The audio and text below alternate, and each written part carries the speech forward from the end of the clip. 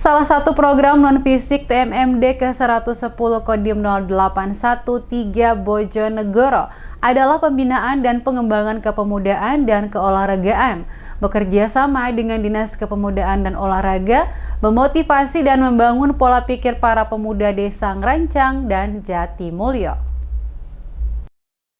Dukung program TMMD ke-110 Kodim Bojonegoro, Dinas Kepemudaan dan Olahraga Kabupaten setempat menyelenggarakan program non-fisik berupa pembinaan dan pembangunan kepemudaan dan keolahragaan di Balai Desa Ngerancang.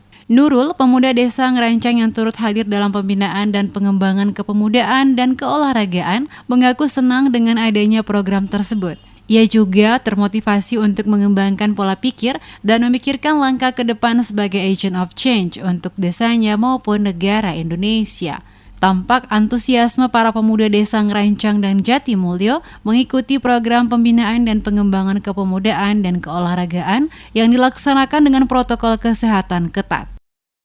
Tadi mengikuti pembinaan kepemudaan.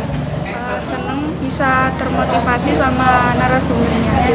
Sangat termotivasi karena bisa mengembangkan pemikiran-pemikiran para pemuda. Kedepannya bisa memajukan infrastruktur di daerah Ngerancang, khususnya pada jalan-jalan yang belum dibangun. Selain itu, ia berharap dengan adanya program TMMD ke-110 dapat meningkatkan kesejahteraan masyarakat.